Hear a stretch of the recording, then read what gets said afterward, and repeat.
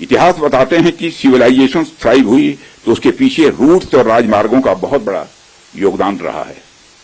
कला, साहित्य, संस्कृति और विज्ञान का प्रचार प्रसार एक क्षेत्र से दूसरे क्षेत्र तक इन्हीं के माध्यम से फैलता है।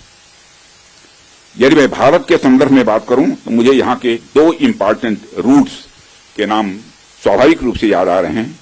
आप शायद उत्तरापथ और दक्षिणापथ के बारे में जानते होंगे या सुना होगा।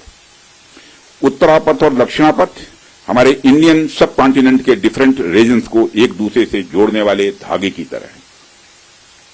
आप सोचिए, हजारों साल पहले जब संचार के इतने तेज साधन नहीं थे, तब आइडियाज और कल्चर, विचार और संस्कृति एक जगह से दूसरी जगह कैसे पहुंचते थे। पांड्य साम्राज्य का मोती और मदुरई का कपास आखिर मगध के पाटलिपुत्र में कैसे बहुत प्रसिद्ध हो गया। राजकुमार सिद्धार्थ से भगवान बने महात्मा बुद्ध की शिक्षाएं कावेरी पट्टनम तक कैसे पहुंच गईं।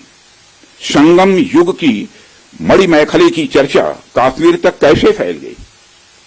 जब भारत में मॉडर्न पॉलिटिकल यूनिटी का कंसेप्ट भी नहीं आया था, तब से इन रूट्स ने सभ्यता और संस्कृति के विकास और आदान प्रदान में बहुत ही महत्वपूर्ण भूमिका निभाई है।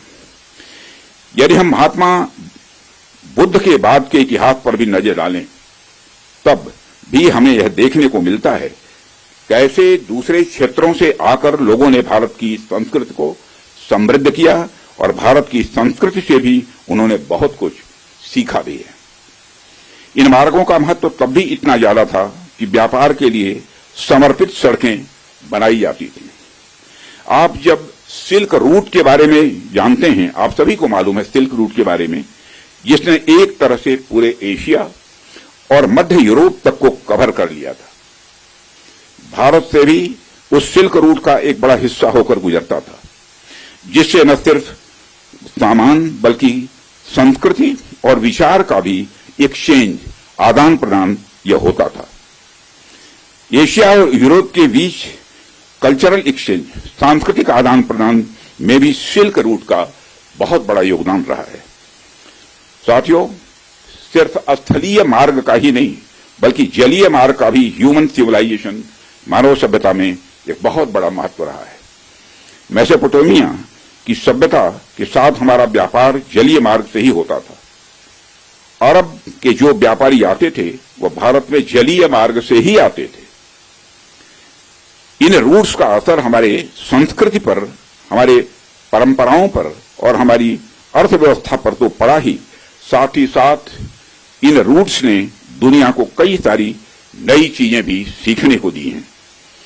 आप में से बहुत से लोग इस बात को जानते भी होंगे कि मानसून की हवाओं का जो कंसेप्ट है, और उसको सबसे पहले अरब के यात्रियों ने खोजा था, और वह कंसेप्ट तब खोजा गया था जब वह जलीय मार्ग से भारत में आते और जाते थे।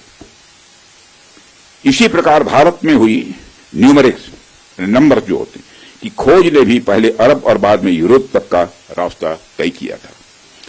साथियों, प्रधानमंत्री जी के नेतृत्व में जब से हमारी सरकार आई है, तब से हमारे प्रधानमंत्री का इस बात पर विशेष ध्यान रहता है कि सीमावर्ती इलाकों का कैसे अधिकतम विकास किया जाए।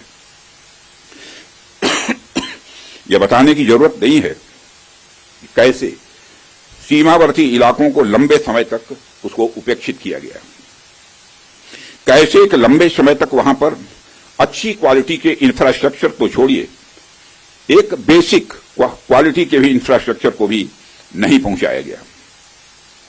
परंतु आज स्थितियां बदली हैं।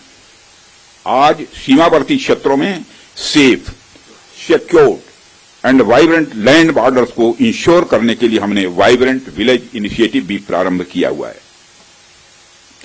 देश भर में सड़कों के निर्माण की यदि मैं बात करूं तो आज हम प्रतिदिन लगभग 35 किलोमीटर सड़कें बना रहे हैं, प्रतिदिन 35 किलोमीटर सड़कें बना रहे हैं। इसके अलावा भी हम बड़े स्तर पर कनेक्टिविटी को बढ़ावा दे रहे हैं। स्थितियां पहले की तुलना में कुछ इस प्रकार बदली हैं कि मुझे आए दिन बीआरओ के किसी न किसी कार्यक्रम में आकर सड़कों का, ब्रिजेस का, टनल्स का और ऐसे सैकड़ों प्रोजेक्ट का उद्घाटन करने का अवसर मिलता रहता है। साथियों, रक्षा मंत्री के रूप में मुझे बीआरओ द्वारा किए गए कामों को नजदीक से कई बार देखने का अवसर भी मिला है। पिछले कुछ वर्षों में मैंने देखा है